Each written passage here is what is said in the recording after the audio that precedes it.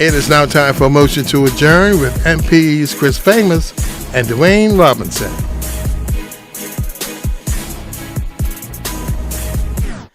And welcome to Motion to Adjourn. And today we are joined by two very special guests. And I just wanted to say welcome to the studio, Jeremy Deacon and John Barritt. Thank you. Welcome. And I mean, usually Good to be here. Usually we say give a introduction to yourself, but I feel like you two may not need too long of an introduction. But if you want to say a few words about yourself to the listening audience before we start. Well, first of all, I'd like to say I love the intro. Welcome to MPs, Dwayne Robinson and Chris Famous. I've got to say congratulations to you first, Dwayne. Thank you so much. On your first MP-ship. Yes, thank you. I appreciate that. Want me to go first? Sure. Well, I suppose people will know me a lot for when I was at the Royal Gazette, when I was a reporter there and news editor and goodness knows what position, to be quite honest. But I left at the beginning of the year and I've set up with Jonathan Starling a new current affairs podcast called The News Navigators. Quick plug, you can find it on Apple, Amazon and Spotify. Yes. Going to get a few more of those in if I can because I need the plugs. Yes. And that's the main focus, nice current affairs podcast once or twice a week. John? People probably wouldn't know me from my days at the Royal Gazette. Mid-Ocean News, maybe. Which goes back to the 60s and the 70s, and then at the Bermuda Sun, where I was editor for a number of years.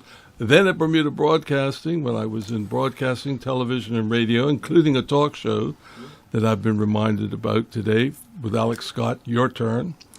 And then I moved to law. And I was in law and became partner of one of the law firms here, one of the major law firms, Appleby, Sperling, and Kemp, as it then was, and then went into politics. Not like my cousins who went into comedy. I went into real laughs, politics, and served for 18 years in the legislature. Now fully retired, but enjoying a bit of a renaissance by coming back and doing shows like this and returning to my original roots, which is journalism and broadcast journalism in particular. I do also still write occasionally for the Royal Gazette with opinion articles. Yes. That's my background. Well, welcome, and thank you both for joining us today. As the listening audience may know, we try to make the show as educative as possible, and also we felt like it would be good to have voices that are not myself and MP Chris Famous, who are part of the two main parties. So, I just wanted to open up the floor to you both, probably starting with you, Mr. Barritt, about your analysis of the last election. First, I'm going to ask the question, well, where's Chris? He's listening. Is he there? Yes. Is he there? He'll call in, hopefully. He'll call in, okay. My analysis of the election. Well, I went out on a limb before the election and told the Royal Gazette that printed my opinion. I said I thought the PLP was going to win again with a reduced number of seats. And I had in mind as low as 23 and possibly no more than 25. So I was fairly on the mark with that. And I wasn't sure, to be quite honest with you, how well the independents would do. I didn't think the OBA would do as well as they even did, to be quite honest with you. I thought the independents might pick up one or two seats.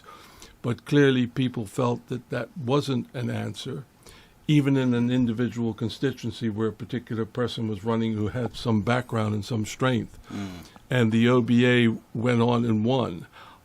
And my analysis is, given the turnout, which was very low, and I put an asterisk with that because we don't really know how accurate that voting register is, how many people are actually on the register who shouldn't be because they've moved off the island, and some, of course, were away because they were either studying or posted in employment abroad. Right. And so we don't know how if it was that bad, but in any case, it's still pretty bad when you return a government which has less than 50% of the support of those who voted, and when you look at the voting register itself, if you take that, they win with 28% of the support of the whole voting register, which is remarkably low.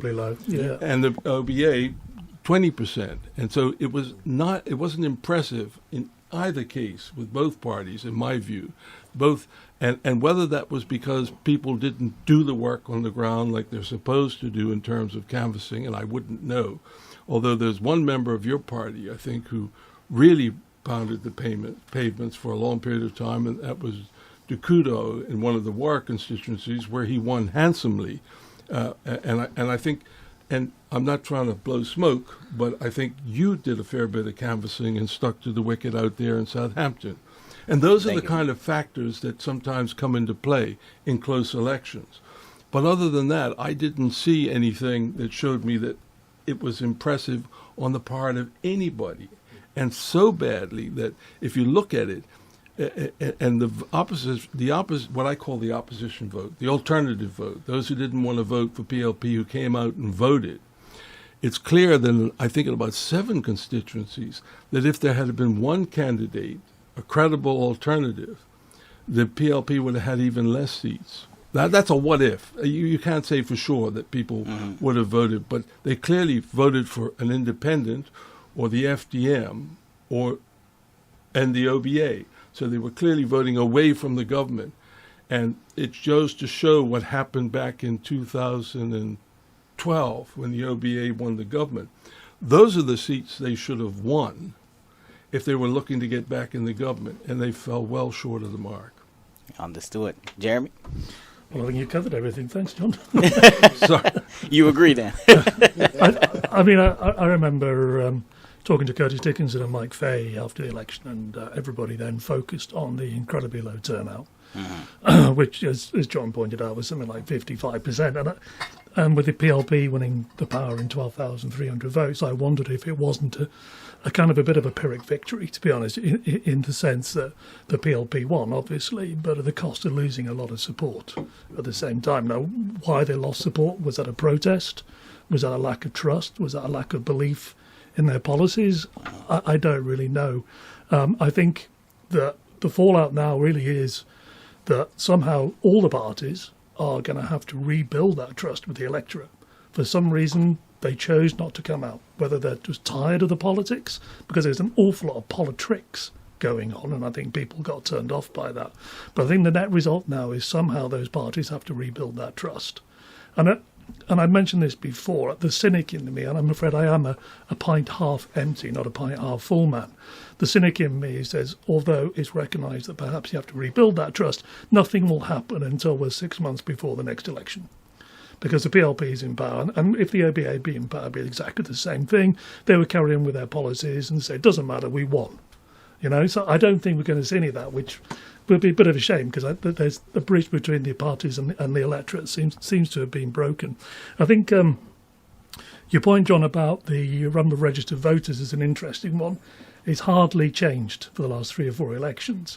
And notably, very topically for us, the Chamber of Commerce came out with a report saying that Bermuda's population might actually now be as low as 54,651.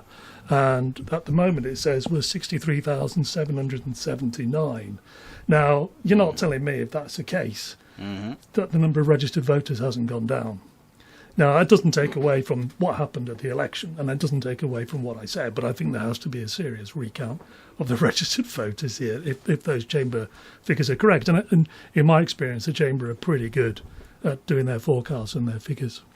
Yeah, I agree. It probably wouldn't change the result, but it would have, in terms of the parties would have said, I actually had greater support than what appears to be. And as it looks, it doesn't distinguish either one of them. No, yeah. I mean, I put this out there a little bit, and I faced a little bit of criticism about it, but I think it's worth putting out.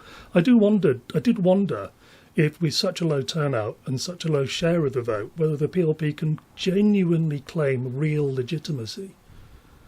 I know we want to talk about proportional representation later on, but the other parties combined got more votes.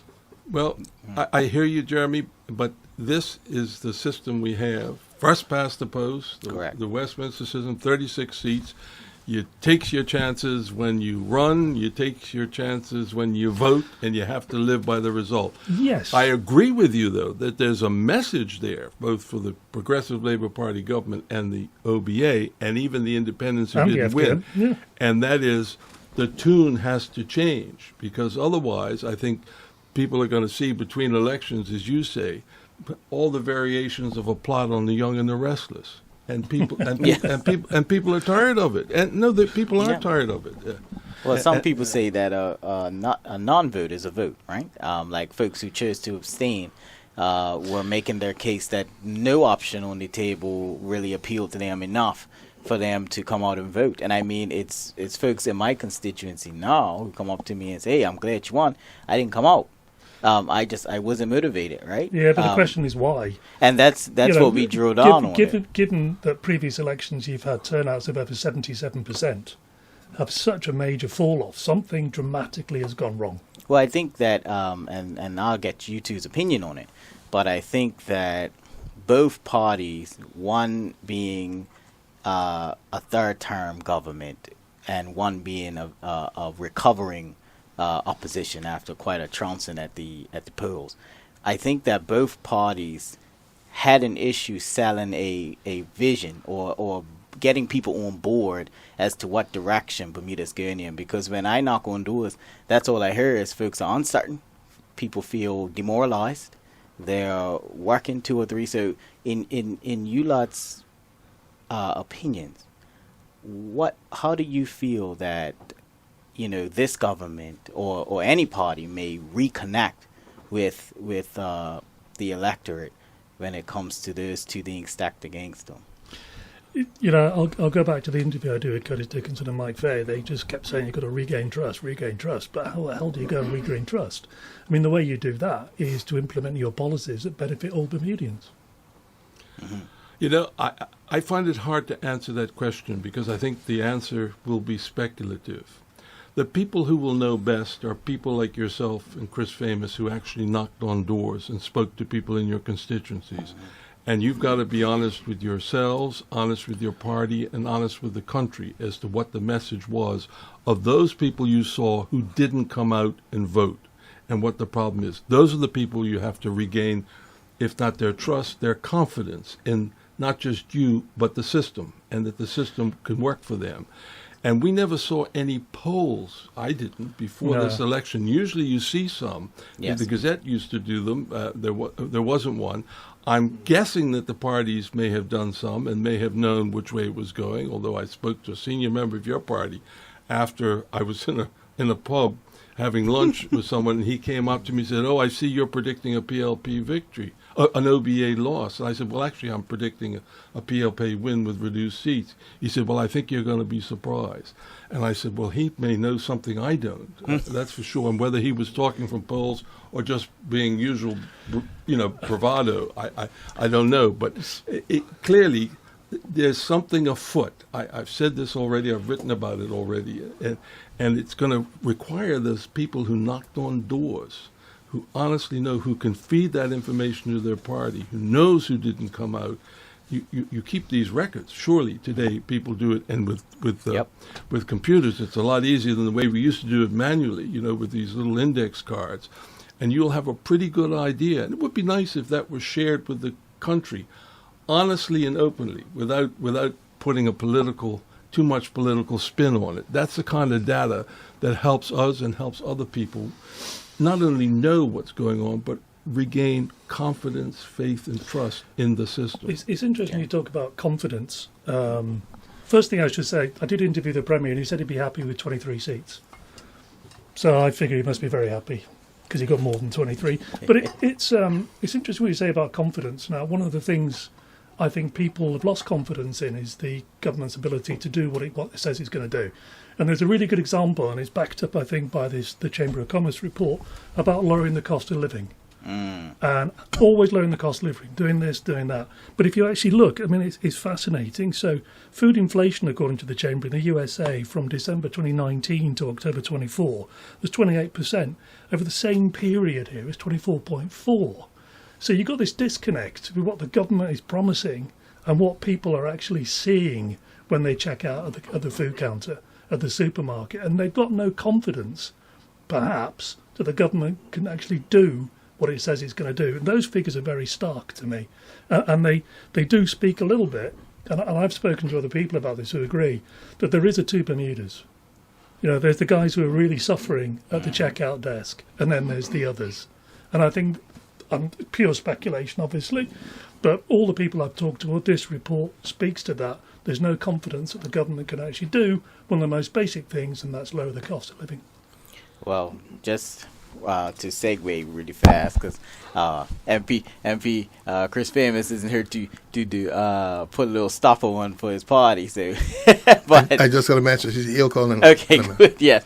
But I wanted He's probably to. dying to now after I've said that. Jesus, Right. like Manchester United. It's Oh, now he's calling too in. far behind the ball. Yeah, he's calling in now. Well, he's going to get relegated, isn't he? But I just wanted to shift gears a bit to proportional representation, because I feel like you recently put out a piece on it. It has been spoken about before. What are your? I know what your thoughts are, but do you believe that Bermuda will move in that direction after what's happened in this election? No, No. not in the immediate short-term future. I do think people are attracted to the idea of the result being more representative of the way votes are cast. But I cast my mind back to when this was first floated in Bermuda back in 1979 by the then United Bermuda Party government at a constitutional conference at Warwick Camp. And Sir John Plowman, who led the charge for the UBP, came forward with the idea of proportional representation by the single transferable vote. And I remember him trying to explain it, and it was a difficult task even for him. And Dame Lois Brown Evans, who was then the leader of the PLP, I got to tell you, she basically laughed it out of town.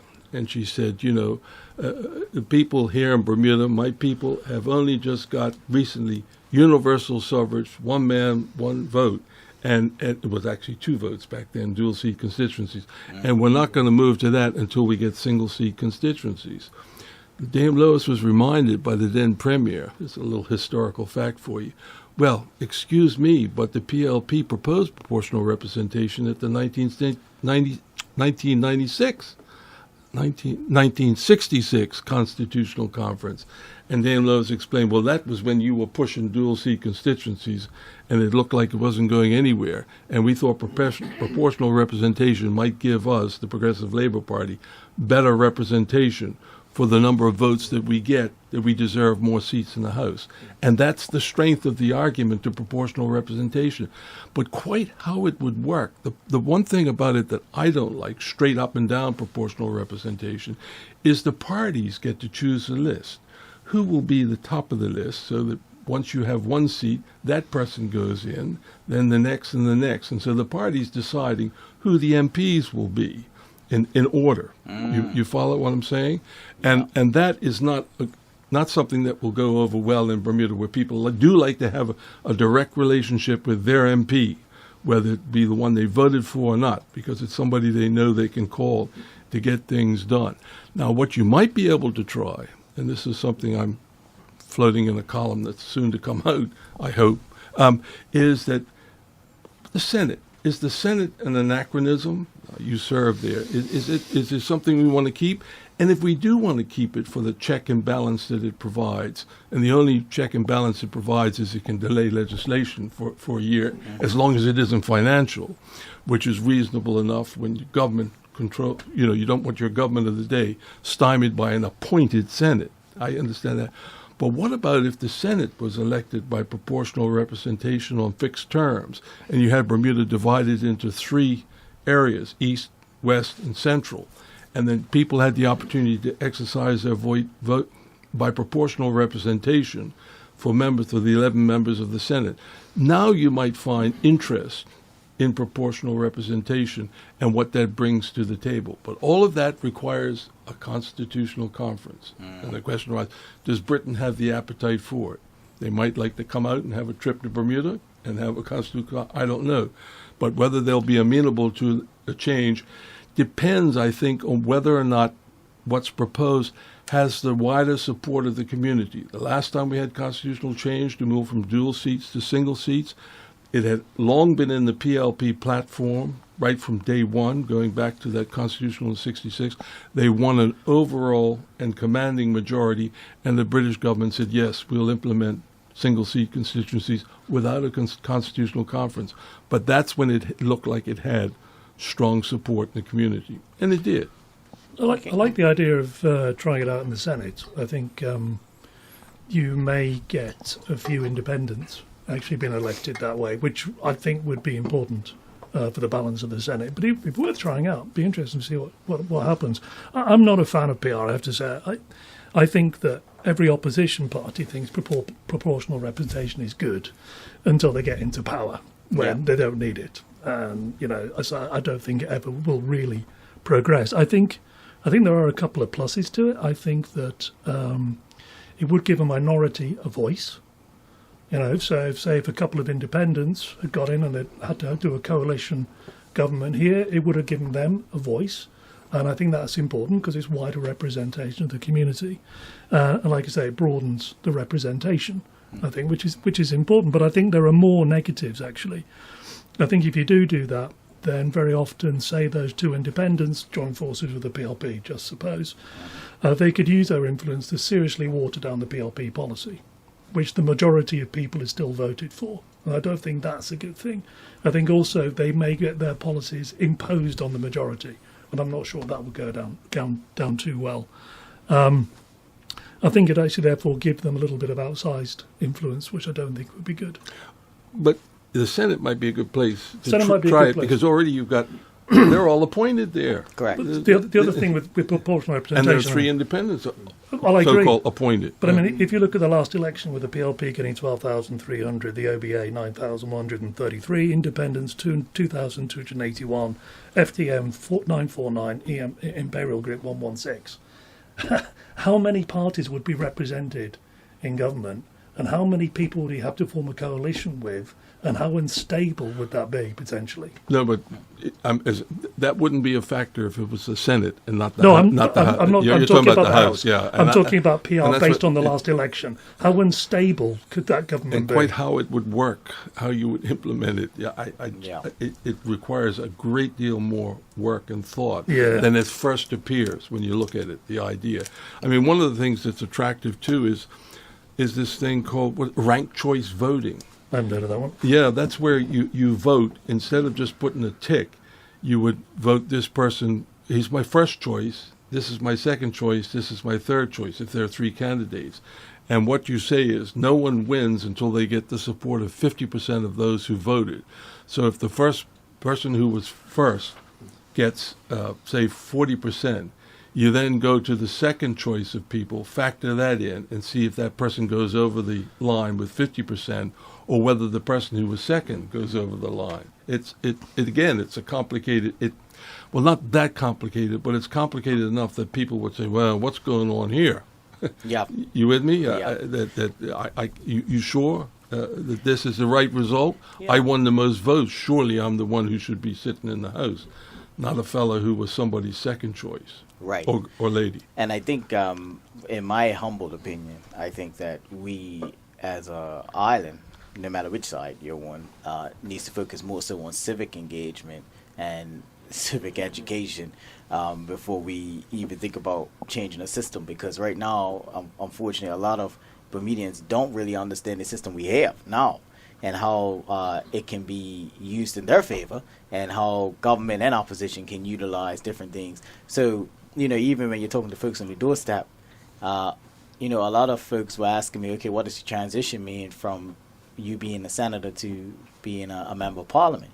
And, I'm explaining it on the doorstep, but I'm just thinking, like, imagine if we brought forward a new system to folks who, we still as a leader, as government, as opposition, need to do more to engage the population in what we have. And maybe then when they can move into something else. Well, I think, I agree. John, you wrote in your column that there's sufficient voter dissatisfaction that will prove fertile ground for those prepared to work for change starting now. And there probably is an opportunity right now. There clearly is dissatisfaction. There's probably an opportunity for the OBA, FTM, independents to work a bit harder. Don't stop the movement, to keep it going and enhance it. Yeah, and let's not have the same old plots, as I say, variations on the Y&R, the soap opera. And one of the things that I'm also be saying in my next column. It's getting a bit like a promo for the. Hang on a minute. I need to plug my podcast a bit more. But this is something that I've been a strong proponent of, even when I was in the House. There are some things that we can change now, that we don't require a constitutional conference, which would have as its object and have it as an effect increasing the engagement of the voters in the system. And I'll give you one quick example. The legislature is governed by a piece of legislation known as the Parliament Act, 1957. That's mid-20th century. We're now 20 years into the 21st century. There have been numerous advances in terms of technology alone. And there ought to be committees, there ought to be hearings, they ought to be public, they ought to be available online, and we shouldn't concentrate and waste so much time and energy on the House of Assembly debates, motion to adjourn. How about rolling up sleeves and doing some real work and bringing about accountability and oversight, and get a few more government committees going. That's what that's what I'm talking about. House committees, a bit more analysis of legislation. I mean, the spearhead of this is supposed to be the Public Accounts Committee. It has been a poor stepchild since 1968. There's enough blame to go around as to why that is so. Forget the blame. What is it that we can do to make that a more active, responsive committee that is meant to be meaningful? And it ought to be done. And that's one that's chaired by the spokesman for finance in the opposition benches. Well, that's one of the reasons it hasn't sat recently, because the spokesman was a senator. You have to be an MP, I believe. Anyway, yes, that's right. But this is where this. There's always some reason, some excuse as to why it's fallen down, and one of them has some force are resources. But if we agree that this is what's needed in order to improve engagement and to bring about, accountability, and the Premier is talking about it as well. I mean, he's got a message, I think, after this election, and hopefully this is something that's going to happen with some unanimity between the opposition and the government to setting this up and putting it in place. It's same with the Parliamentary Election Act, 1978. The PLP platform includes a proposal to reduce the number of MPs, I believe. Yeah. Well, we got to take a break on that note. We take a break on that note, but I just want to say really quickly that the PAC, even though the shadow of finance was in the Senate, has a spokesperson in the House. So it has been chaired. And we'll come back right after this. Thank you. Better juice starts with better ingredients. That's why Wonder Juices are 100% organic and cold pressed to lock in the best nutrients, flavors, and benefits. Whether you choose Wonder Lemon, Wonder Melon, or the power-packed Wonder Shot, you're getting real fresh ingredients in every sip. Find your Wonder at Lindo's, supplied by John Barritt & Sons. Lindo's, why go anyplace else?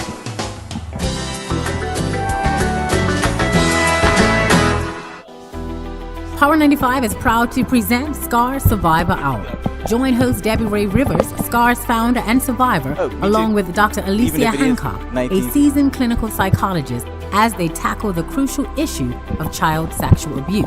Every first Wednesday of the month, SCAR Survivor Hour provides a safe space for education, awareness, and healing.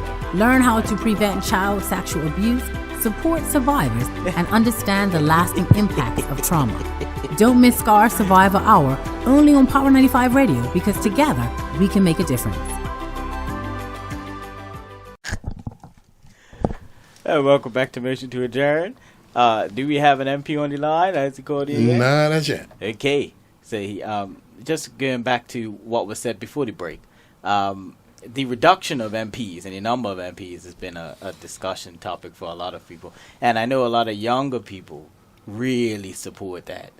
So what's your take on it? I'll give it to Jeremy this time first, and then I'll come to you, Mr. Barritt. I'd be a big proponent for doing that.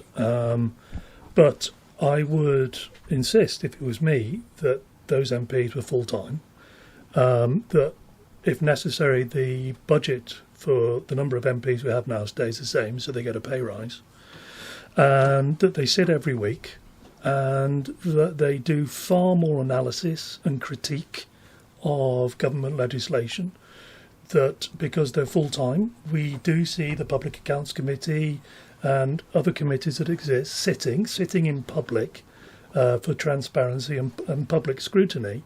Yeah, absolutely would for all those reasons. But I wouldn't have full-time MPs, reduce the number of MPs, have them full-time to every 2 weeks, and have the whole of the summer off and whole of Christmas and whole of Easter. I'd expect a lot more work. I really would. And I think, if you I mean, this isn't unique to Bermuda, but I think if you MPs aren't paid particularly well wherever you go. It's a constant bone of contention with them. But I think if you put a pay rise up, you'll get more people putting their hands up. And to you, Mr. Barritt, and then I'll bring you in. Famous. I'm hesitant to say that that's a good thing, reducing the number of MPs. It'll depend on how far down you go. The reason I say that is because it's important to have a numerically strong opposition and a numerically strong backbench within the governing party, because that backbench can hold the executive to account. It doesn't at the moment, as far as I can see. We don't know that because things happen in caucus. They do, and they did in my day, and you wouldn't know about it. And it does have some influence. And sometimes it'll bubble over into the House of Assembly, as it has done on a number of occasions. Not recently, but it has on a number of occasions in the past. If you reduce the number, you're running the risk of, unless you reduce the number who sit in cabinet. Now we're talking about a constitutional conference again. You'd have to reduce the number in cabinet so there would be a sufficient number who are not in the cabinet who form the backbench and populate these committees that are needed. With also the difficulty with reducing the numbers, and it's been a while since I've examined the constituencies and the way in which they vote, and I did this in a very detailed way when I was on the Boundaries Commission, which moved us to single seats and reduced the number from 40 to 36. And if you have fewer constituencies, if you think you have difficulty now with a government with a 25-seat majority and an opposition 11 and a wide gap, you can see, as we've seen in some Caribbean countries, you can see a government form with 19 members and one opposition member. Or, if you follow what I'm saying. But the opposition may have get 36, 40% of the vote, but it didn't translate into seats. And when you enlarge your constituencies, that's a result that can happen on swings. And you have to wait for big swings for it to go from one party to another. And it doesn't always help governance. I think what people want to see, I'll stop there, but what people want to see is representation in the House from people they support. But they want to see a lot more collaboration than we currently have. I think that's the big thing for me. I've reported on the House and the Senate for donkey's years. And all it ever seems to be, you come to the House, there's legislation, there's a debate, an argument, it gets passed, goes to the Senate. You don't see much else happening. So if you stick with 36 MPs, if you increase the number of MPs, whatever way you do it, I think there's got to be more active participation by MPs, by senators, in other duties. That help to run the country, that scrutinise legislation, that investigate government spending more. We just don't see enough of that. In an open way. In a very open way. Let me give you an example, and you'll find out about this. So maybe you know already. Have you ever sat on the private members bill of the legislature? Legislation that's put forward to incorporate companies and charities and things like that go to a private members bill, which is populated by MPs from both sides of the House and chaired by the Deputy Speaker. And those bills, surely been presented in the Senate in your day, tend to breeze through because they've been through the committee, they've seen it, they've approved it, and it has the approval of both sides. And it tends to breeze through with little debate. Do we have that for public statutes, where you get the two parties sitting together around a table to review legislation such as Jeremy's talked about? No.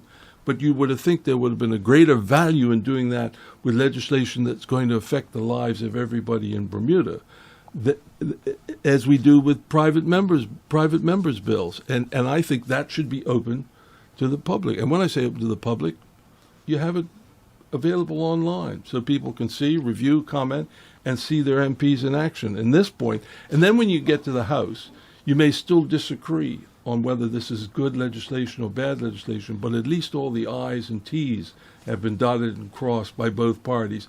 And then you can have an argument on the principle of the bill, as they currently do in the House. You know, you have an argument in the House on the principle of a bill, then you have a debate in committee on the individual clauses.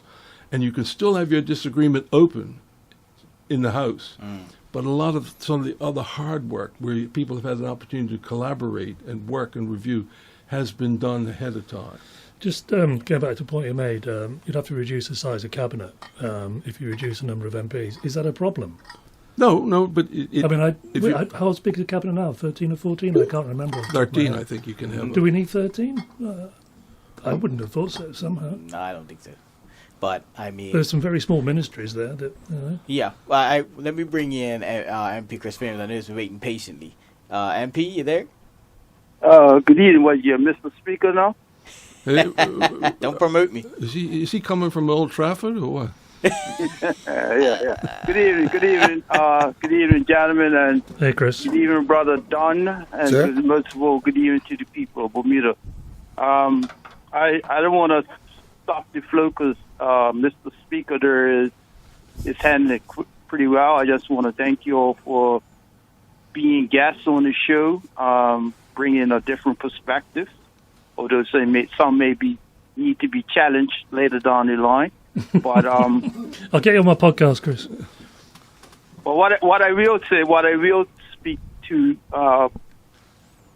Mr. Deacon is that the cost of living, Bermuda's cost of living, just like any small island or even big island such as the United Kingdom, is mostly predicated on external forces, correct? Like, we can't control the fact that there's chicken flu or whatever, bird flu in America, so the price of eggs are going up. We can't control the fact that Mr. Trump woke up last week and says, hey, if it's a ship built in China, I want to charge him $1 million, which could have a knock-on effect on us. So I don't think it's fair for any government to be criticized for not bringing on the cost of living when a lot of the key factors in cost of living is external, i.e. cost of fuel, Ukraine war, i.e. cost of food, whatever the price is in America, we're going to pay more for it. If all the wholesalers suddenly decide to say, well, we're going to go to Canada. Well, it's a longer shipping route now, isn't it? It's going to cost us more money. So I don't know, to Dwayne's colleague, Mr. Fay, getting up in the paper trying to blame the government. We have to be, some things shouldn't be political, as Mr. Barritt said. Some things need to actually just He does have to hold government accountable, though, right? No, but hold on. The government is not responsible for the fact that Mr. Trump decides that he wants to put a tax on any ship that is built in China. The government's not accountable. The government doesn't even own the shipping companies. He directed not one comment towards the shipping companies. Chris, the figures I quoted earlier on were from December 2019, when Joe Biden was in the White House. And I think, you have to bear that it hasn't just happened now. These prices have been going up since, the last 5 years. And I think my impression has always been that the government, the PLP government, has given an indication that it is going to reduce the cost of living. It's been top of their agenda for a very long time, to the extent where they blamed the supermarkets, the retailers, for not putting through the full cost of duty cuts, which they said they did, but what had gone up was things like freight costs. You were putting the blame squarely on retailers for not passing on those duty cuts. That's the government saying it's not our fault. So I'm going to ask you again: when Tyson, people that are in Tyson chicken, when they raised the price of chicken up by 50 cents a pound, which government in the world control that? Nobody control that. I agree with you, but what I'm saying is, it's the impression, at least my impression from the government, is that they promised to reduce the cost of living, and they're not able to. And as those figures shows, they've been going on for a very long time. Yeah, can I just say two things? because I listened to this exchange. The first is this, and Chris, I'm sure from your terms in government now already you'll appreciate that. Whenever there are intractable problems or things that people are angry about, the first thing they will blame, the first people, is government. It's government's fault. Government hadn't done anything about it. And your party spoke to these issues in the last election campaign. You came out stronger and quicker than the OBA on cost of living issues, like electricity bills and food and health care and rent housing issues. And the Premier has put people in place to deal with, in a prominent way, to deal with two of those things, which is Alexa Lightbourne in is it Home Affairs? I think that's the body, and Zane De Silva in housing, because the people want to see action on that, and the PLP want to deliver action on that. That's the way I see it, and that's an important message to see, and that's what people want to see. I agree with you too, that a lot of what happens and is going to happen here in Bermuda is not within the control of government or anybody in Bermuda, depending on what that man in Washington does by the name of Donald Trump. And he does one thing and says one thing one day, and he'll say the exact opposite the next. It's not predictable either. But for sure, whoever's in government and in the legislature as well need to be working on a plan B too, and sharing all of this with the people of Bermuda so that they come to appreciate and understand what it is we're facing. The geopolitical plates out there in the world are shifting big time, and they're liable to shift even more with what Trump is doing, not to his so-called enemies, but to his friends. And things are changing, and they're outside our control. But, this is one time our motto starts to make sense. We're the fates leaders. Yes. We've got to find a way to navigate, as we've done in the past. Sometimes we play both sides against the middle, too, in an intelligent way when they go way back to the American Revolution. But and that's what government is responsible to. And people will hold you accountable for that. And when things don't go well for people, they get angry. And when people get angry, they take it out on people like members of Parliament. Look what happened to the Tory party in the UK. Decimated. All right. Well, I have to log off, but this is just, in the cricket parlance, this is just the opening bet. Well, I'm sorry I won't be here for the spin. No. You'll be coming back. All right. You've been spinning all evening. What are you talking about? You might be fielding next time, but you'll be back. All right. Have a good day. All right, Yes, Chris. take care. Thank you. Right. So, the parties will have plenty of time to debate that in the House of Assembly. But really quickly, we're coming into the last 10 minutes. What is your overarching, kind of geopolitical view right now of in the last 10 minutes? Yeah. Well, because I was hearing you talk about Trump and all that, and I figured, we might as well, if we can get even a smidge in the end of what's to come. Where do you start? You got to be nimble. That's the best thing you can say, and you've got to be prepared for both the unexpected as well as the expected with Donald Trump in Washington, and not just Donald Trump, but all the Republicans who are marching in lockstep with him. I mean, no one's standing up, even though privately, apparently, they're all saying, "Oh God, we don't want to go this way, and tariffs are bad." But he's the man, and he seems to control the party apparatus in Washington, Congress as well, and he's starting to be able to do these things, and it could impact us. I mean, today's headline is about ships, and which is an absurd policy, and Chinese-built ships.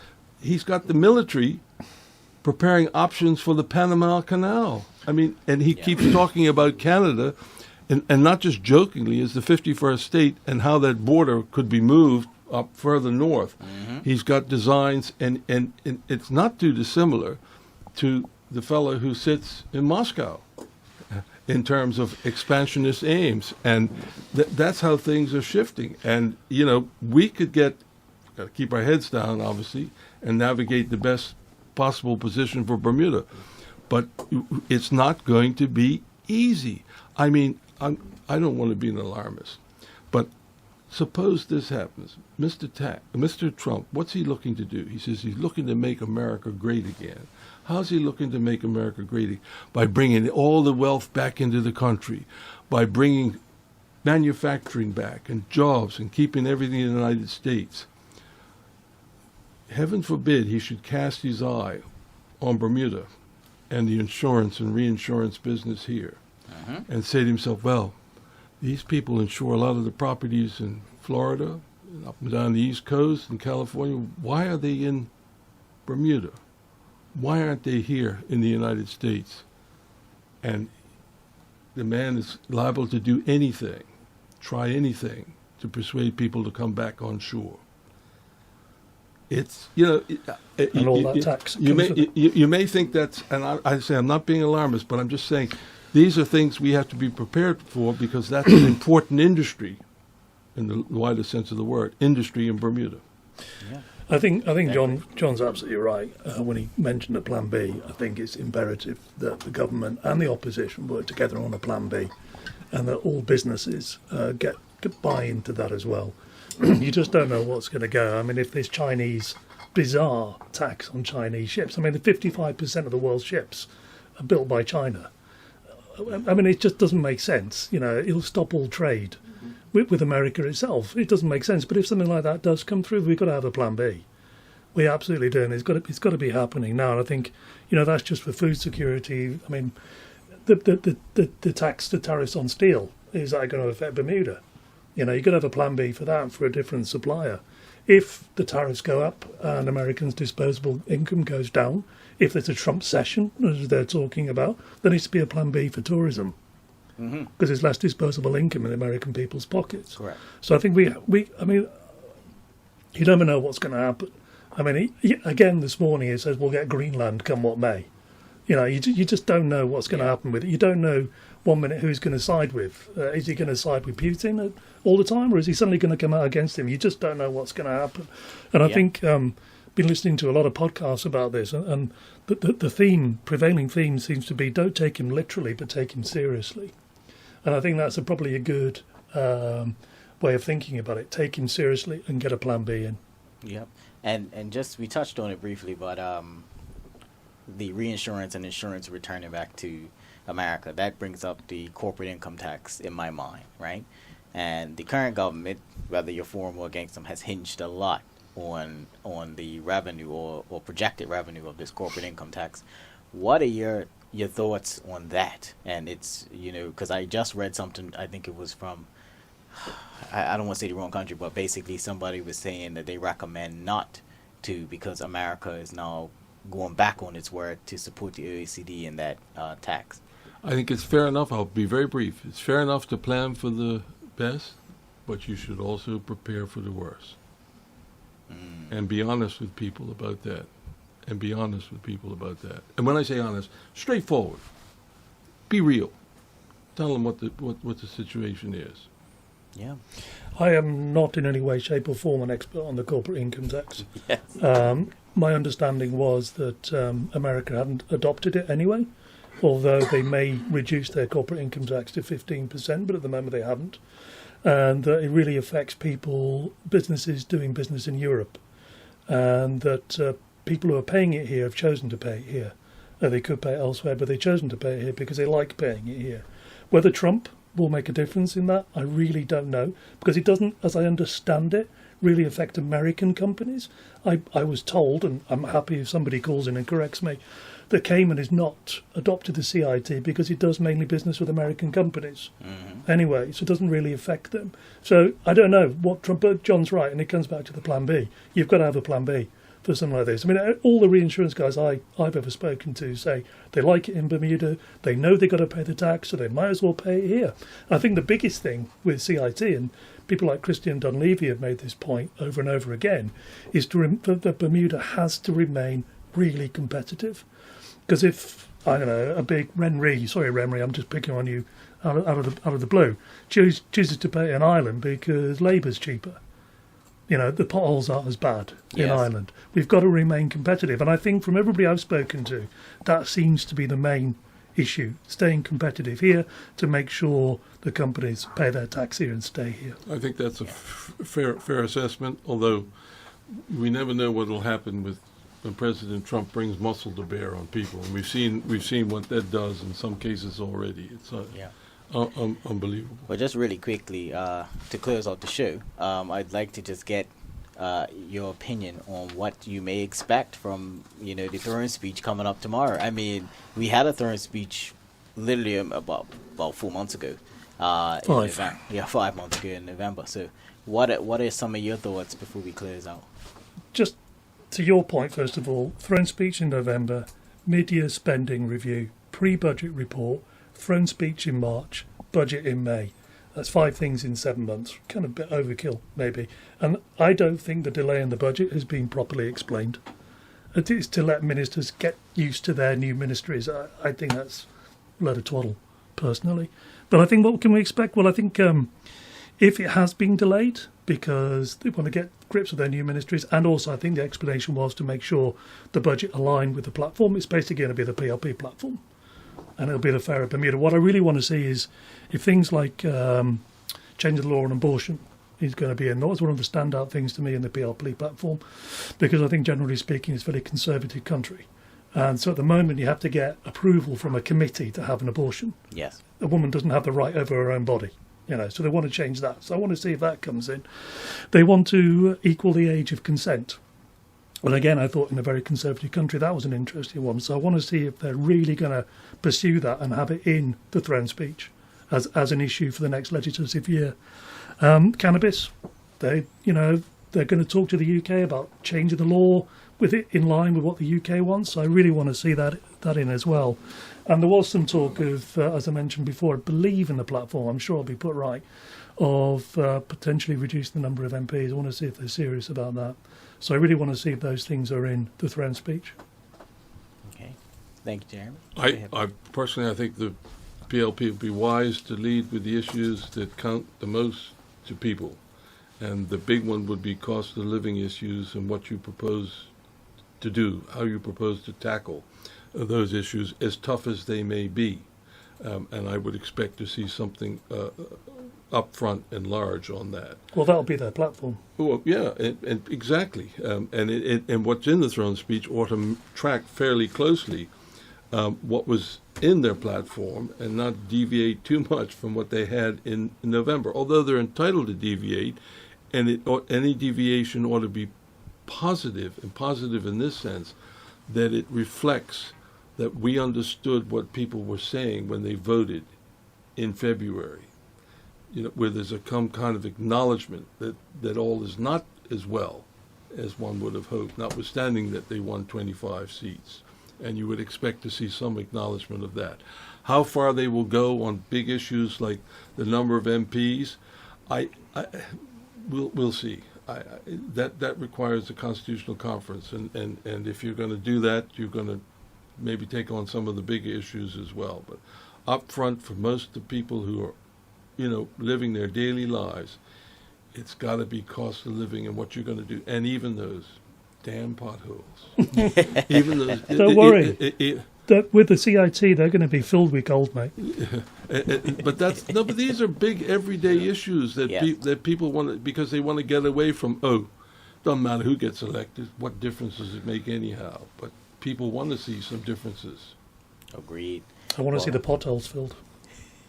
Well, thank you both. Me too. There you go. That's unanimous.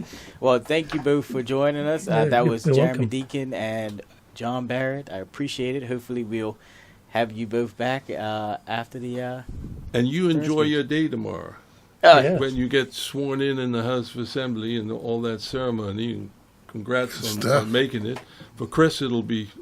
Running the meal for him. It's same old. But your first time there, it's a special day. I don't care who you are, which party you represent. And when I was in the House, I always tried to make people who got elected feel special. And really, you are. You're one of just 36 people in an island of 50-some thousand. So you ought to take 54,000. You ought to take some pride in that. Yes.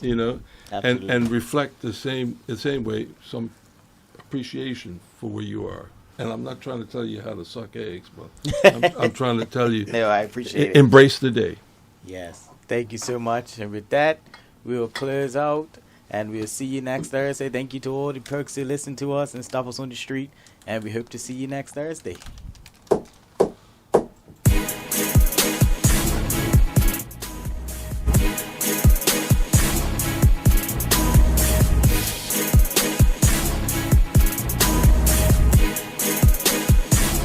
And you have been listening to Motion to Adjourn with MPs Chris Famous and Dwayne Robinson.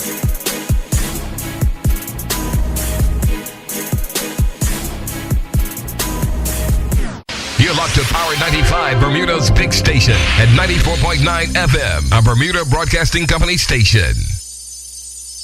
Always imitated but never duplicated. The first, the original Power 95, the big station.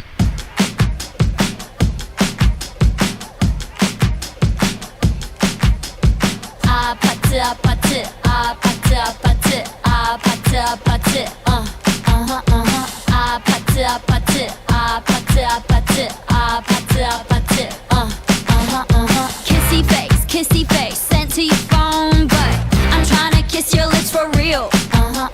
Red hearts, that's what I'm on, yeah. Come give me something I can feel. Don't you want me like I want you, baby? Don't you need me like I need you now? See tomorrow, but tonight go crazy. All you gotta do is just meet me at the